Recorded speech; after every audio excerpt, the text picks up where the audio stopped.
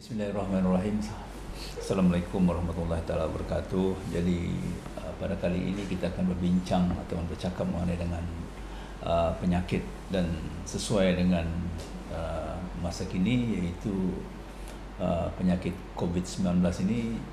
Kita minta para pendengar, khususnya masyarakat orang-orang di Sabah, faham dengan konsep yang dirancang oleh kerajaan dan sedang dilaksanakan sekarang.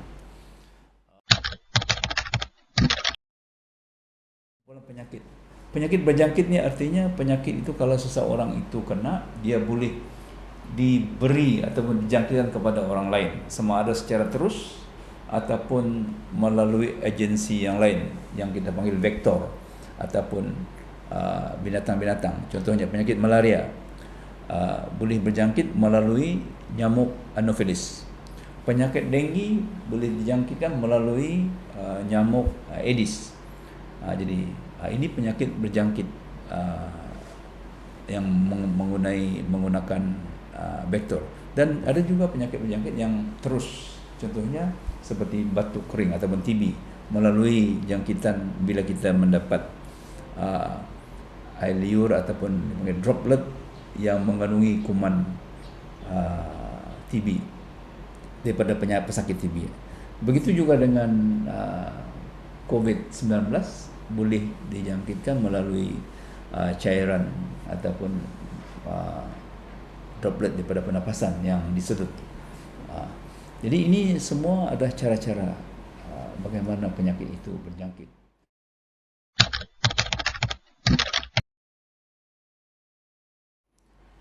Ya, penyakit COVID-19 ini ialah, kita sekarang ini banyak orang bercakap tentang COVID-19. Masalah kita di Malaysia ini ataupun kita masyarakat di kampung ini, kita bercakap tapi kadang-kadang kita tidak tahu apa yang kita cakap. Jadi COVID-19 ini adalah penyakit daripada yang disebabkan oleh virus.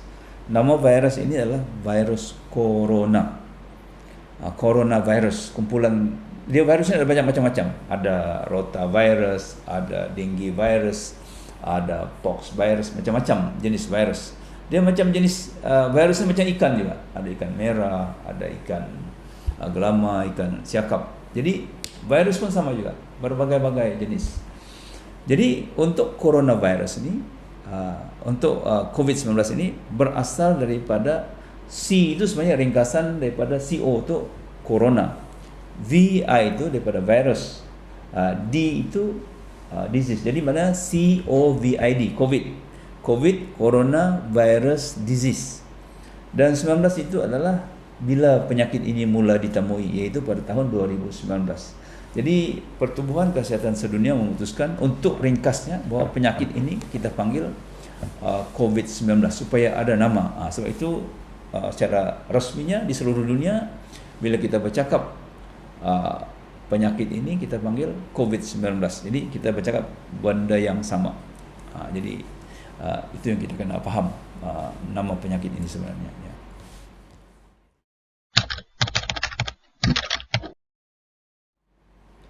Ya, kita boleh dapat COVID-19 ini melalui sedutan udara ataupun bahan-bahan yang mengandungi virus daripada orang yang ada penyakit. Contohnya, kalau kita berdekat dengan orang yang ada virus COVID, cairan yang dikeluarkan sama ada melalui batuk, bersin ataupun air hidung yang ada di tangan, kita menyedut udara ataupun cairan daripada orang yang ada penyakit COVID-19 ini masuk ke rongga pernafasan kita, ataupun kita bersalaman ataupun kita berpegangan dan tangan kita dicemari oleh virus COVID-19 ini, dan kita menyapu ke mulut, ke rongga hidung, dan kita menyedut virus yang ada di tangan ataupun di udara itu dan masuk ke rongga pernafasan kita. Dia akan membiak di situ. Jadi, itu caranya kita dapat. Jadi orang itu sekarang ini dulu dikatakan cuma melalui sentuhan, tapi hari ini telah terbukti bahwa COVID-19 ini juga boleh terbang di udara dan kita boleh sedut daripada jangkitan melalui airborne ataupun melalui udara.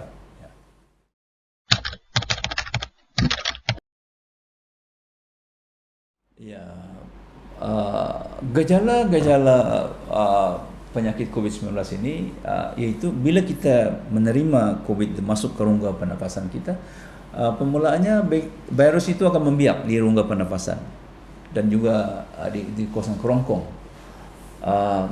Mungkin tanda-tanda itu timbul setelah 1 hari, 2 hari atau 3 hari, ataupun selewat-lewatnya ikut yang lalu adalah dalam masa 14 hari. Jadi akan timbullah orang yang kena jangkitan COVID-19 ini akan mula-mula masa timbul demam, menggigil, batuk-batuk, sakit tekak, kemudian selesma, hidung berair, kemudian hilang kering tekak ataupun sakit tekak, dan hilang rasa deria, bau dan juga rasa. Dan diikuti juga dengan keletihan badan, sakit-sakit otot, sakit kepala, loya atau muntah, dan juga ada yang sampai bila semakin serius dia makin jadi sesak nafas, dan juga kalau tidak dibantu boleh menyebabkan kegagalan pernafasan.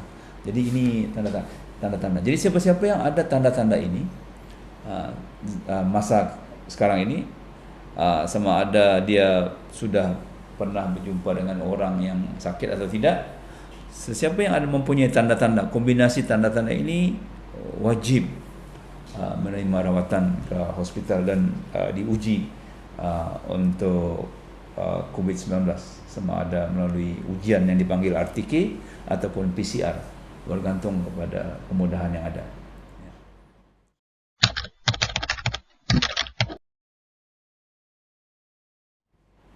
Ya, penyakit ini sekarang ini sudah menular dalam masyarakat.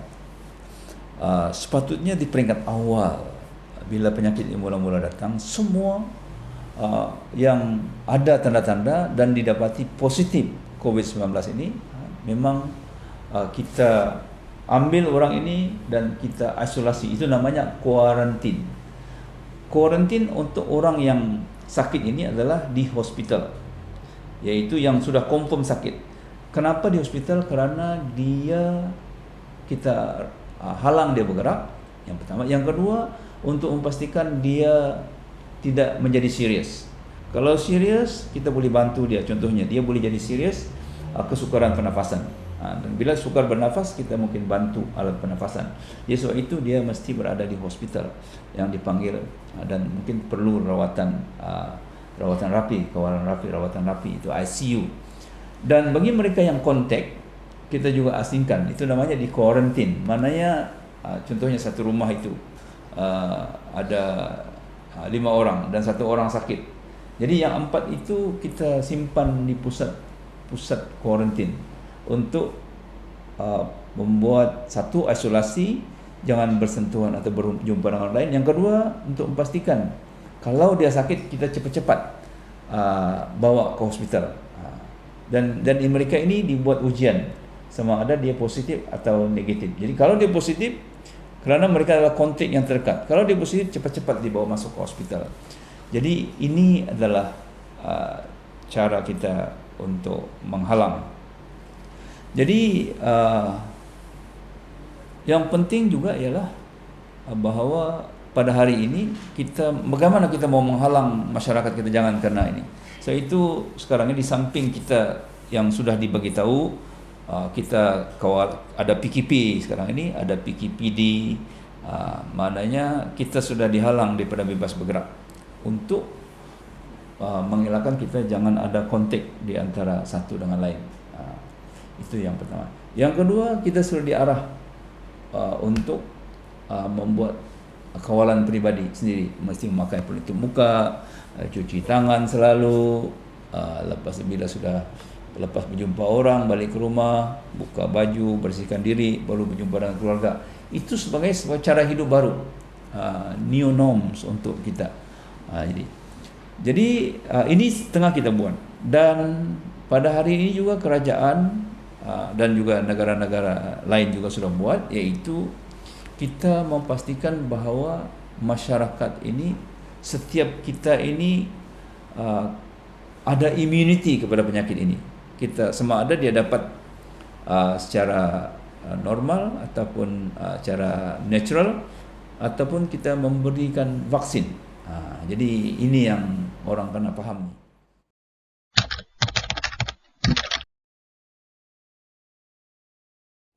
Jadi untuk kita katakan, untuk penyakit itu dapat dikawal dalam masyarakat, kita mau kalau boleh 100% masyarakat itu kebal ataupun lali ataupun mendapat immunity. Artinya immunity itu bila virus kita dapat, walaupun kita bersentuhan ataupun dapat virus itu, tapi badan kita sudah imun, maknanya sudah melawan penyakit tersebut. Jadi walaupun kita dapat virus COVID-19, tapi badan kita dia tidak menyebabkan kita sakit. Jadi bagaimanakah cara ini? Ini yang dipanggil kita gunakan immunity.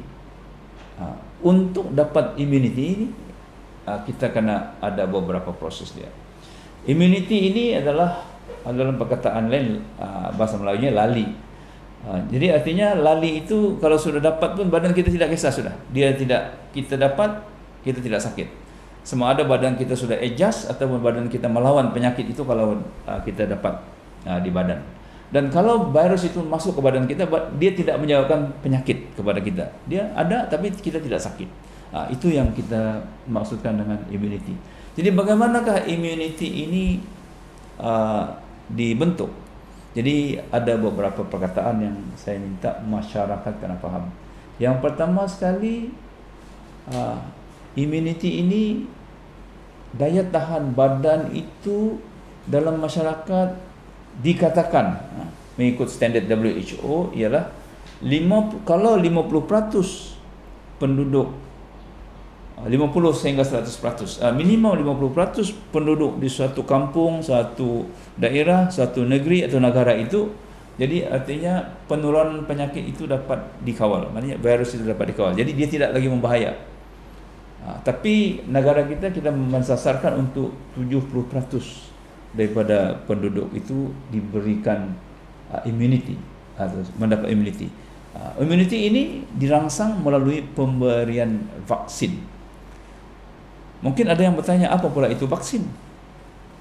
Vaksin ini ialah komponen ataupun bahan daripada virus COVID-19 yang telah pun bagaimana COVID-19 ini ada, kita ambil COVID-19 ini daripada orang sakit, makmal lah buat kita buat, makmal syarikat-syarikat yang membuat vaksin ini.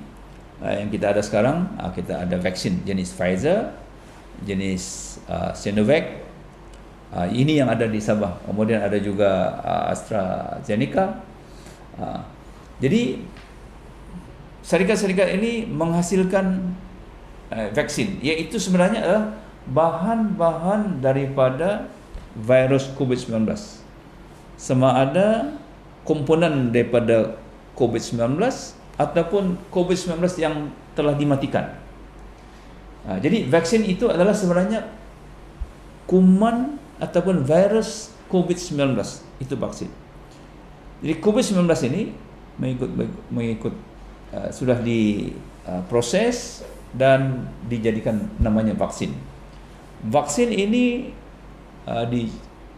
kita bagi injection kepada otot, dalam otot kita, dalam badan kita, dan badan kita akan menerima virus COVID-19 ini. Tapi vaksin ini bila kita terima, dia tidak menyebabkan kita sakit. Dia tidak menyebabkan kita sakit seperti kita kena virus COVID-19 daripada orang yang sakit. Kalau kita pun dapat, bila kita dapat suntikan COVID-19 daripada vaksin ini, cuma kita mungkin bergantung kepada orang. Ada yang dapat sakit masa lepas suntikan, ada juga orang yang jadi lemas-lemas badan, ada orang demam, ada orang pening dan sebagainya. Tapi dia tidak menyebabkan penyakit COVID-19 yang serius. Jadi kerana badan kita telah pun dirangsang untuk menghasilkan antibodi ataupun melawan penyakit itu. Tujuannya ialah supaya badan kita membuat antibodi ataupun bahan untuk melawan kalau kita dapat virus daripada luar. Jadi kalau sudah semua dibagi vaksin, jadi artinya kita sudah dapat perlindungan.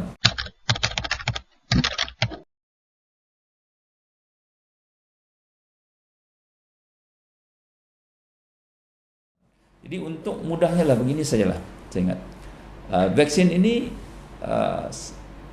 sebagai contohnya hujan itu sebagai virus COVID. Kalau kita pakai vaksin ini, dos yang pertama kita pakai baju hujan. Jadi bila sudah kita dapat vaksin itu, jadi badan kita sudah tidak boleh boleh masuk, tapi kita tidak sakit. Artinya boleh kena hujan, tapi kita tidak basah. Itu. Okey. Kemudian kita ambil lagi dos yang kedua, kita pakai payung. Misalnya. Jadi artinya yang pertama kita pakai jaket hujan, yang kedua kita pakai payung. Jadi walaupun ada hujan datang, kita tidak basah di dalam. Jadi inilah maksud vaksin atau pemberian vaksin COVID-19 ini. Banyak orang takut, banyak orang cerita-cerita negatif, tapi sebenarnya saya bagi nasihatkanlah kepada semua rakyat Malaysia, khususnya orang Sabah ini. Sebenarnya itu cerita-cerita. Kita sudah buktikan bahawa dan negara-negara maju di Eropah sekarang ini mereka sudah bebas bergerak kerana setelah mereka menerima vaksin mereka tidak dapat lagi jangkitan. Jadi kita baru mau mula ni.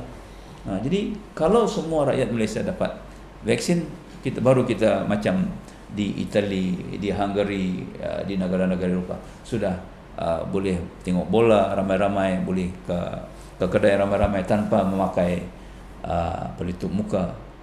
Jadi artinya mereka sudah terlindung. Jadi inilah tujuan kita sebenarnya. Jadi saya minta rakyat di Malaysia faham, khususnya di Sabah ini faham, kita kena menerima untuk vaksin ini. Jadi bagaimana untuk mengambil vaksin, di mana? Jadi kita sudah aturkan. Sekarang ini kita ada daftar melalui MySejahtera. Jadi kepada siapa-siapa yang tidak pandai mendaftar, minta bantu anak-anak, minta bantu saudara mara, siapa yang pandai, daftarkan. Dan juga hari ini kita sudah ada juga pendaftaran secara sukarela, maknanya ada yang membantu. Ataupun kita sudah ada juga melalui walk-in kepada pusat-pusat vaksinasi ini. Jadi inilah tujuannya supaya kita kebal. Jadi konsep tadi itu kita kena faham, iaitu seperti melalui vaksin ini memakai baju jaket hujan dan tambah lagi payung.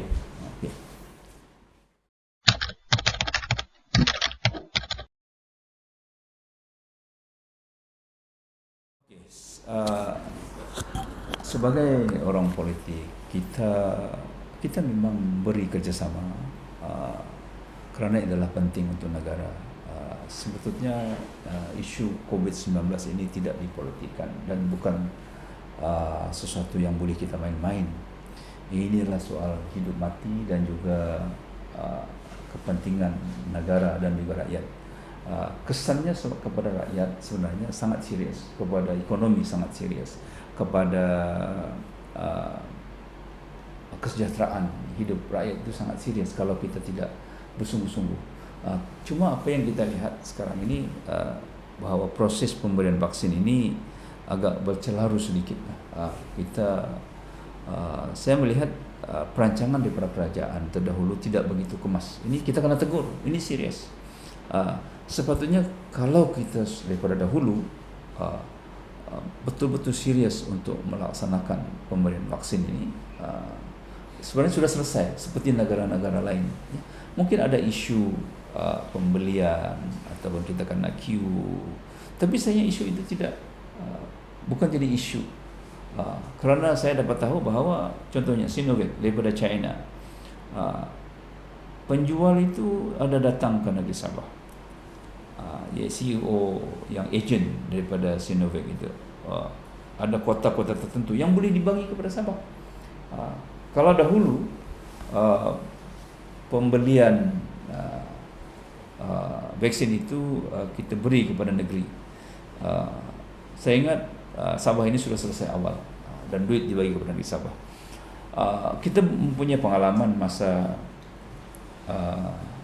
dahulu, iaitu bila mula-mula COVID-19 ini datang ke Sabah pada tahun 2000, awal tahun 2020, di mana kes-kes banyak, dan untuk membuat ujian kepada masyarakat itu kita terpaksa minta menunggu alat ujian daripada Kementerian Kesihatan di Kuala Lumpur, dan alat ini tidak cukup, dan kerajaan negeri pada masa itu membuat keputusan untuk membeli terus daripada Singapura dan diminta sumbangan daripada negara China, dan kita dapat, dan kita telah membuat ujian. Jadi artinya kita tidak perlu tunggu daripada Kementerian Kesihatan. Jadi negeri Sabah boleh buat sendiri. Begitu juga dengan vaksin ini. Sekarang ini kita terpaksa tunggu daripada Kementerian Teknik Sains dan Inovasi daripada Kuala Lumpur untuk mendapatkan vaksin. Dan saya dipahamkan pada hari ini vaksin ini sudah habis, tidak ada stok, dan kita kena tunggu bulan Julai baru ada stok. Jadi ini sesuatu yang sukar diterima, dan ini melambatkan dan menyusahkan rakyat, dan mengurangkan keyakinan kepada cara kita mengendalikan. Dan kalau kita lihat juga bahawa pemberian vaksin ini pada mulanya terlalu banyak birokrasi. Saya pun tidak faham, sepatutnya pemberian vaksin ini daripada awal telah dirancang sedemikian rupa, kenapa tidak diberi kepada hospital kerajaan, hospital besar, kemudian diturunkan kepada hospital daerah, kemudian diturunkan kepada klinik pusat kesihatan dan juga klinik desa. Kerana semua ini sudah ada kemudahan untuk memberi vaksin. Kerana selama ini pun inilah juga rangkaian pemberian vaksin. Contohnya vaksin DPT, vaksin polio, vaksin BCG. Tetapi kenapa pemberian vaksin COVID-19 ini terlalu begitu banyak birokrasi, dan cuma dibuka di pusat-pusat tertentu sahaja, bukan di hospital. Ya, kita memang tahu barangkali terlalu ramai orang akan berpusu-pusu, tapi kita buat sistem, ada sistemnya. Kalau isu kepakaran memberi suntikan, saya ingat tidak ada isu. Kalau isu tentang dipanggil vaksin ini disimpan di tempat tertentu yang sejuk, kita sudah ada sistem dipanggil cold change yang sudah diamalkan oleh hospital dan klinik. Dan itu yang pertama. Kenapa tidak digunakan yang ini? Jadi kalau itu sebenarnya sudah ada sistem. Yang kedua, kenapa tidak gunakan sekarang baru sibuk untuk klinik ataupun swasta? Kenapa tidak daripada awal kita sudah bagi kepada swasta? Kerana kita mau speed up, percepatkan pemberian vaksin ini. Kenapa tidak diberi kepada hospital swasta? Kemudian kita boleh minta bantuan daripada agensi-agensi yang memang sudah faham kerja ini. Contohnya Persatuan Bulan Sabit, sudah ada kepakaran. Persatuan Doktor-Doktor Malaysia, MMA, sudah ada. Kemudian Persatuan Red Cross ataupun persatuan-persatuan yang ada kaitan dengan perubatan yang boleh membantu mempercepatkan proses ini. Dan kita heran ini tidak digunakan. Dan kemudian untuk mempercepatkan proses, kita ada kumpulan berkelompok. Contohnya kita frontliner. Saya dapat tahu sekarang masih ramai frontliner tidak diberi suntikan. Kalau contohnya askar, kita buat askar, sudah ada hospital, senang saja bagi suntikan askar ini. Kita ada batalion, kita ada camp-camp askar, kita atur di sana. Kemudian polis, kita sudah ada semua balai-balai polis, kita buat di balai polis, kita buat suntikan di balai polis saja. Kemudian bagi petugas-petugas ataupun university college, Uh, Sampai sekarang kita belum buka college university. Ini amat membosankan pelajar, merugikan kita. Sepatutnya kenapa tidak? Kan pelajar itu berkumpul di hostel, di asrama, di universiti. Kita bagi melaksanakan mengikut universiti. Begitu juga dengan universiti, kita boleh bagi kepada pensyarah, kita boleh bagi kepada pelajar-pelajar. Kemudian di sekolah, kenapa kita tidak buat di sekolah? Kita beri dulu kepada guru-guru, kita beri kepada murid-murid, dan kita boleh buka sekolah, kerana semua pensyarah, semua pelajar, semua guru, semua murid sudah dibagi suntikan vaksin itu sebagai priority. Jadi saya ini kita ada masalah. Ini saya merasa kecewa juga. Rakyat terpaksa ada PKP, arahan yang berubah-ubah. Sudah sejak hujung 2019, sekarang sudah hampir 2 tahun. Kita buka tutup PKPD, dan ini amat membosankan rakyat, dan ini amat merugikan aktiviti dan juga ekonomi. Contohnya sekarang kita suruh buang masa 2 tahun, kita tidak boleh travel, kita tidak boleh membuat perniagaan secara penuh, kita tidak boleh buat aktiviti, dan ini amat merugikan. Dan dalam masa yang sama, kerajaan terpaksa mengeluarkan duit bantuan makanan, bantuan berbagai-bagai bantuan yang terpaksa dibagi kepada rakyat, dan ini duit kerajaan amatlah membazirkan. Bukannya membazir dari segi bantuan itu, tapi cara pengurusan itu menyebabkan adanya penggunaan wang yang tidak begitu efisien. Jadi ini yang kita rasa kecewa.